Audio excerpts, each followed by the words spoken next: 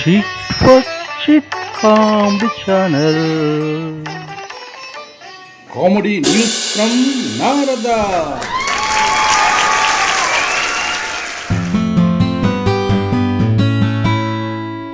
ఎప్పుడో వచ్చినా ఈ తరానికి కూడా గుండమ్మ కథ సినిమా తెలిసే ఉంటుంది.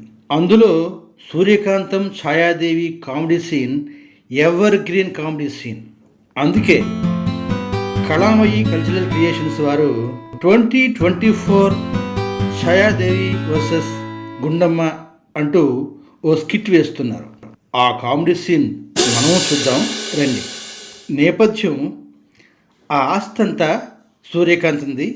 ఆమె సొమ్మంతా లాక్కొని ఆమెను ఒక రూమ్లో బంధించేసి చక్కగా ఎంజాయ్ చేస్తూ ఉంటుంది ఛాయాదేవి. అలా దర్జాగా వెలగబెడుతున్న ఛాయాదేవి తన సమాధానాలు ఎలా చెప్తుందో చూడండి. సూర్యకాంతాన్ని ఎదురుగా పెట్టుకొని వేడివేడి పకోడీలు తింటుంది ఛాయాదేవి. ఇద్దరూ ఎదురెదురుగానే ఉన్నారు. వారి మధ్య సంభాషణ ఇలా మొదలై అలా ఎక్కడికి వెళ్తుందో చూద్దాం. సూర్యకాంతం ఉంటుంది, ఉసై నువ్వెందుకే నాకు ఎదురుగా? ఛాయాదేవి, ఉసై నువ్వెందుకే నాకు ఎదురుగా? మాటగా మాట, నాతో నీకు పోటీయా? నాతో నీకు పోటీయా? సూర్యకాంతం, నేను ఈ ఇంటి కామందునే. ఛాయాదేవి, నేను ఈ ఇంటి కామందు మేనత్తనే. చిచి పో, చిచి పో. ఎంత బాగున్నాయో పకోడీలు. తేరగా వస్తే ఎందుకు బాగుండవు? తేరగా ఏమిటి, కష్టపడి వండుకున్నానే. పిండి నాది, నీళ్లు నావి, స్టవ్ నాది, వంటగది నాది, డబ్బు నాది. నేను కష్టపడి వండుకున్నానే. ఊరోడు భూమిని బెదిరించి కబ్జా చేసి కష్టపడి లాక్కున్నానే అన్నట్టుంది. అవునే, అది మాత్రం కష్టం కాదు, రిస్క్ కాదు. ఊరోళ్ళు సొమ్ము లాక్కొని లొట్టలు వేసుకొని తినడానికి సిగ్గుండాలే. అచ్చు తప్పు దమ్ముండాలే.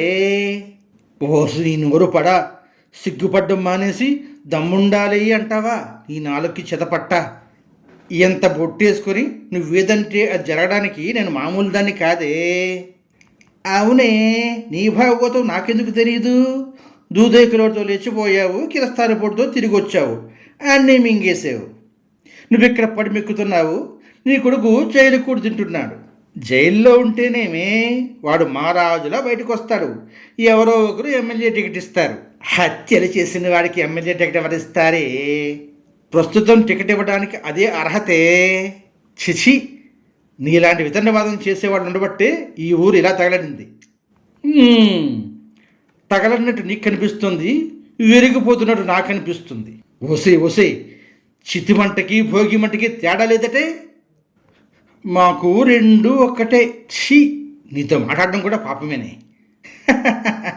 పాపం, అందుకే మాట్లాడలేక లబోదిబో లబోదిబోమంటున్నారు. అది లబోదిబో కాదే, మీ పాపం పండడానికి పాడే కడుపు మంట పాట. కడుపు మంట ఎందుకు? అలాంటి విధవులకి వృద్ధులకి కాలు కదపకుండా అకౌంట్లో డబ్బులు పడుతుంటేను అందుకే నా కడుపు మంట. ఆ సొమ్ము మీ అకౌంట్లో ఎలా పడుతుంది? ఎందరిదో ఉసురు సొమ్మే అది. ప్రజా సంక్షేమానికి ప్రభుత్వం ఇచ్చేది ఉసురు సొమ్మెలాగా అవుద్దే? నీ కళ్ళు కాకులు ఎత్తికెళ్ళా. ఎందరో రైతులు, కాంట్రాక్టర్లు, ఉద్యోగులు ఉరిపోసుకుంటున్నారు. అది ఉసురు కాక మరేమిటే? ఏదో ఒక సొమ్ము మాకు ఇస్తున్నారు కదా. వచ్చే ఎలక్షన్లో అటువంటి సొమ్ము ఇవ్వకుండా ఎవరైనా పోటీ చేయగలరా? ఇస్తున్నంతను తప్పని చెప్పగలరా? ఆ వీక్నెస్తోనే రాజకీయాలు ఆడిస్తున్నారే. ఎవరిదే వీక్నెస్? జైల్లో ఉన్నోన్ని ఎన్నుకున్నది ఎవరే? అవునులే, జైల్లో ఉన్నోళ్ళు ఎన్నుకుంటే నేరస్తులు ఇలాంటి వాళ్ళు కాక ఇంకెవరు దొరుకుతారు? పోనీ ఉన్నాడుగా, ఎన్నుకో. ఎలక్షన్లో డబ్బులు ఇవ్వను, నా వారికి నా డబ్బే ఇస్తానని ఆస్తులు అమ్ముకుంటున్నాడు చూడు, అతన్ని ఎన్నుకో. అటువంటి వారు వస్తేనే మీలాంటి వాళ్ళు కొట్టుకుపోతారే. మా లాంటి వాళ్ళు కొట్టుకుపోవాలంటే ఈ సెల్ యూత్ బ్యాచ్ వల్ల ఏమవుద్ది? పొత్తులో ఉన్నోళ్ళే ఒక పక్క డబ్బు పంచుతున్నారు, రౌడీలకు సీట్లు ఇస్తున్నారు. అక్కడే పోలా. ఏది ఏమైనా ఆ వెంకటేశ్వర స్వామి దయ వల్ల ఈసారి మీ గొయ్యి మీరే తవ్వుకుంటారులే, చూస్తూ ఉండు.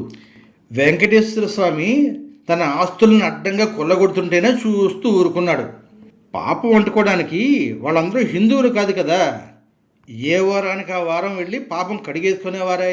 ఆ పాపం నీళ్లతో కడిగితే పోయేది కాదే, వచ్చే జన్మకి వెంటాడేది. ఇన్ని మాట్లాడుతున్నారు. ఒక పక్క గత ఏడాది ఎలక్షన్లలో తిరుపతిలో ఓట్ల క్లోనింగ్ జరిగింది, నకిలీ అధికారి ఉన్నారని రుజువైంది, దీని గురించి పోరాటం చేస్తాం అని అంటూ ముందుకొస్తున్నారే, వారికి ఎంతమంది మద్దతు ఇస్తున్నారే. అందుకే నువ్వు నాలాగా మతం మార్చుకో, లేకపోతే బ్రతకలేవు. నోరు పడ. బ్రతకడం అంటే నీలా కాదే, భారతీయుల్లా బ్రతకాలి.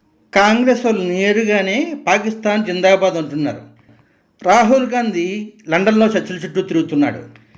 ఆ రెండు జెండాలు కలిసి ఈ జెండాను ఎలాగైనా కూల్చడానికి ప్రయత్నిస్తున్నాయి. అది కల్లో మాట, రాసి పెట్టుకోవే. భారతీయ శక్తి గురించి నీకు తెలియదే. భారతీయ అంటే అమ్మే, అమ్మే కన్నెర్ర చేస్తే మీరంతా పురుగుల్లా మాడిపోతారు. ఇంతలో సావిత్రి అక్కడికి వచ్చింది. ఏయ్, నువ్వు అక్కడ లేవు, నన్ను లేమనడానికి నువ్వెవరే? అమ్మ కూతుర్నే. ఓ, అయ్యే కూతురివి కాదు. ఏయ్, నా సంగతి తెలుసా? ఇవి పిడకలు చేసిన చేతులు. ఏయ్, నా సంగతి తెలుసా? ఇవి జొన్నలు దంచిన చేతులు అంటూ ఛాయాదేవి చేతిలో కర్ర తీసుకొని ఒక దెబ్బకు విరిచేసింది. దాంతో ఛాయాదేవి కళ్ళు తేలేసింది. ఈ వీడియో మీకు నచ్చితే సబ్స్క్రైబ్ చేయండి, షేర్ చేయండి, ముందుగా లైక్ చేయండి, ఫ్రీగా ప్రోత్సహించండి.